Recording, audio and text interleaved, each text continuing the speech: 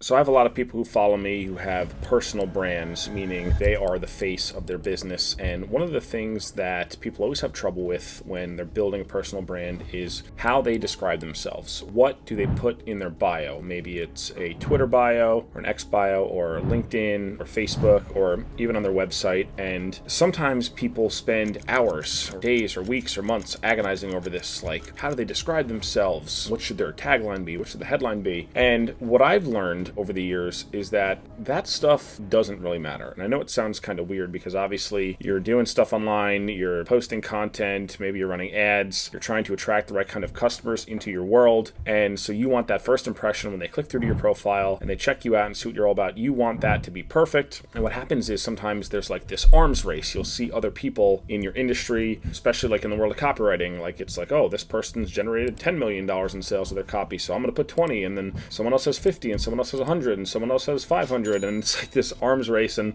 everyone just tries to compete with the biggest number. What I've found, interestingly enough, is that this stuff just doesn't really matter, and you shouldn't try to compete with other people. Personal branding is one of those things where you can craft it any way you want, and the way that you craft it is not necessarily, I know this is going to sound counterintuitive, but it's not necessarily about the copy that's in your bio, it's not necessarily about the copy that's on your website even, because at the end of the day, you're probably selling something that everyone else is selling, so everyone tries to just sell harder and make a bigger promise. But like Ben Savenga says, it's not the size of the promise, it's the size of the proof. So what I want you to do when you think about how you're marketing yourself and how you're describing yourself to potential clients, to customers, especially if you're a personal brand, is I want you to think about this a little bit differently. So here's a quick story. I remember when I first started wrestling, I was in 5th grade, I was 10 years old, and I remember like the first tournament that I went in, back then when you're in elementary school, it's like you go to a wrestling tournament and, you get a shirt from the tournament and you put your place on the back and, you get your name stitched on the back and you get second place. And then there's usually some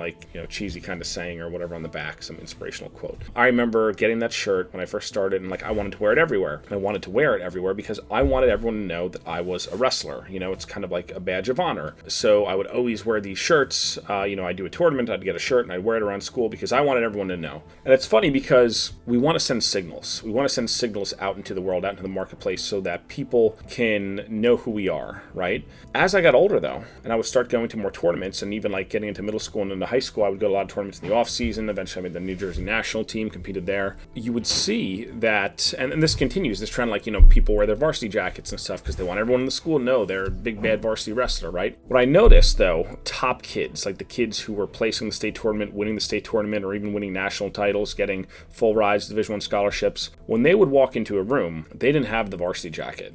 They wouldn't wear a shirt that told everyone that said, hey, I'm a wrestler.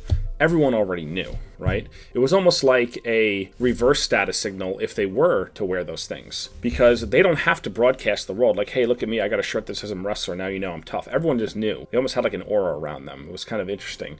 People would walk in the room and be like, oh, that's that person, or that's that wrestler, that's that guy. And everyone just kind of knew. And it was really amazing to see this, because I think what happens online, I think the same thing happens online, right? There's people out there, you just mention their name, and all of a sudden, you know the associations, you know their story, you know what they're about, you know the legend behind their name. They don't even have to have a bio. They don't have to have a bio line in their social media profile. Their name becomes their bio, right? Where they are recognized, where they have enough awareness, where enough people have heard of them and they know the stories behind their legend, right? I think that the way that you do this is by, instead of trying to outcompete everyone else with the words that you use to describe yourself and the work that you do, what you do instead is you focus on the content, right? A good example of this is Naval Ravikant. Now, most people probably know who he is. He's a very famous investor, very wise dude, very smart guy, a guy that I like. I love his stuff. And, he's, I think, probably earlier, I know he's been on Twitter for a while, but most people in startup world and Silicon Valley world knew who he was because he's very involved out there. But now he has a huge following on Twitter and books have been written about him and he has a podcast and,